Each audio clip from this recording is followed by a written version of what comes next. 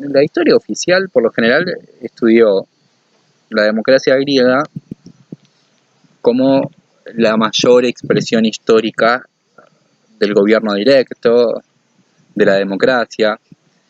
Es decir, hay un embellecimiento magnífico por parte de la historia oficial, de todas las clases sociales dirigentes, sobre todo de la burguesía, ¿no? Luego de la Revolución Francesa, en hacer de la polis griega el ejemplo máximo a seguir.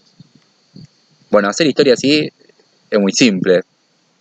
Es decir, comparo la democracia griega con los gobiernos teocráticos, con los gobiernos dictatoriales, con los regímenes feudales de Oriente, etcétera, etcétera, y digo, claro, la Asamblea Griega y la polis es lo máximo que le ha podido pasar a la humanidad.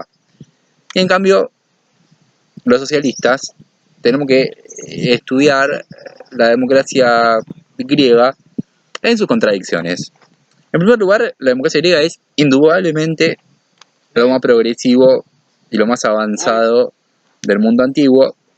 Es una democracia directa, superior incluso a cualquier parlamento burgués, donde llegó a tener gobiernos directos de hasta 40.000 personas asistiendo a las asambleas, pero también, como todo desarrollo histórico, como decíamos, tenemos que verlo en sus contradicciones, porque a la vez que es un gobierno directo, a la vez que es la democracia, por supuesto que también es una dictadura.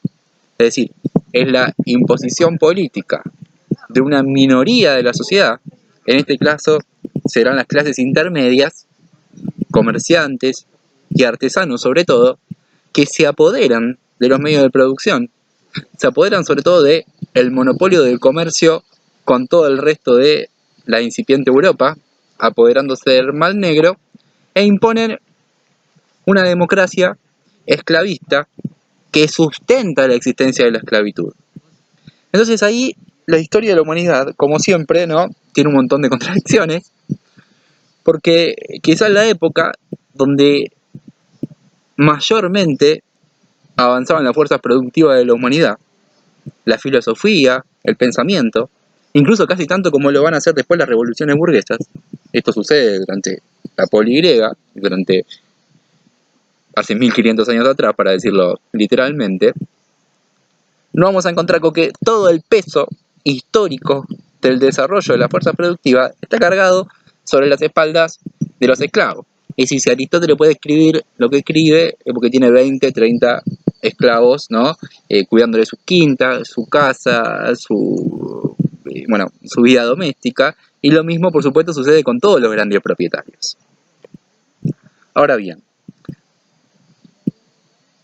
las tribus primitivas de Jonia y Doria, fundamentalmente, ¿no?, heredan la distribución de los medios de producción, donde un pequeño grupo que dirige la boulé, que dirige la asamblea, se impone sobre la gran mayoría. Con el desarrollo histórico de la producción, con el paso de los siglos, con el paso de los años, esta clase social se termina transformando en una oligarquía dueña de casi toda la tierra, bueno, de Grecia, Europa, Asia Menor, etcétera, etcétera. Y, llegado a determinado momento, con la existencia de clases que impulsaron el comercio, necesitaron agruparse políticamente para sacarse de encima una oligarquía que bloqueaba cualquier desarrollo comercial. Es en ese momento donde surgen nada más y nada menos que lo que nosotros conocemos como ágoras, que son asambleas populares, donde se encuentran las clases medias y comienzan a conformar primero sus partidos políticos y después sus ejércitos. Se conforma el Partido de la Colina, que derrota bélicamente, toma las lanzas, toma las armas y se saca de encima la oligarquía. Ahora, para sacarse de encima la oligarquía, esto no sucedió de un día para otro, sino que tenemos que ver que en el medio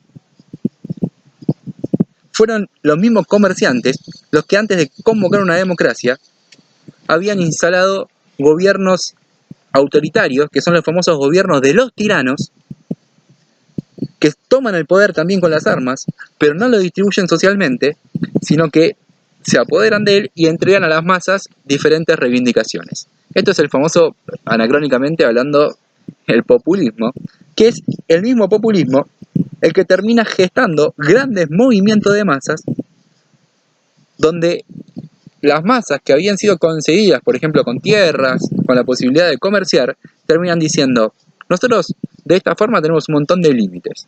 ¿Qué tenemos que hacer entonces? Avanzar y hacernos del poder político.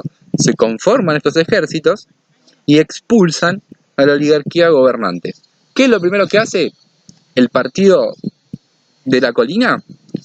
Convoca una asamblea constituyente, que es la primera asamblea griega, la primer polis que se reúne con decenas de miles de miembros y que vota apropiarse del poder político. Y sobre todo, apropiarse del Mar Negro, es decir, apropiarse del comercio y del monopolio del comercio de toda Europa.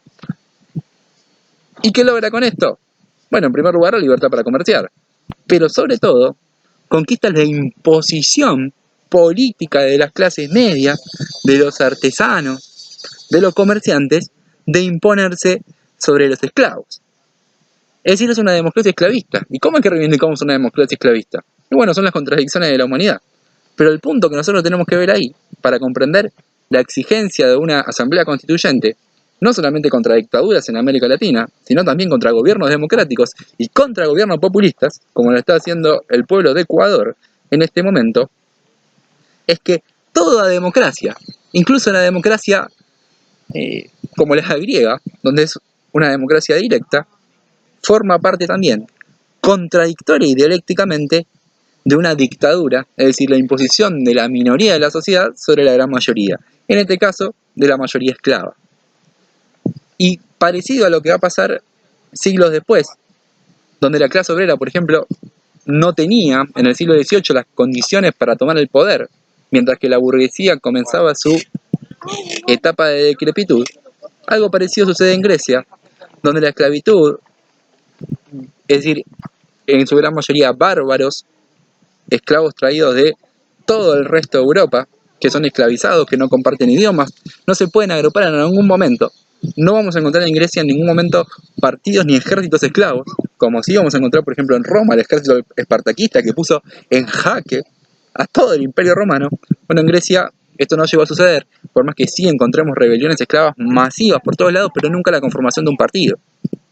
Y esto es contradictorio, pero en términos objetivos habla de que en determinado momento de la sociedad necesitó o requirió del desarrollo esclavo para desarrollar sus fuerzas productivas. Esta contradicción se presenta como irresoluble en este momento, pero forma parte del mismo desarrollo democrático histórico de la sociedad.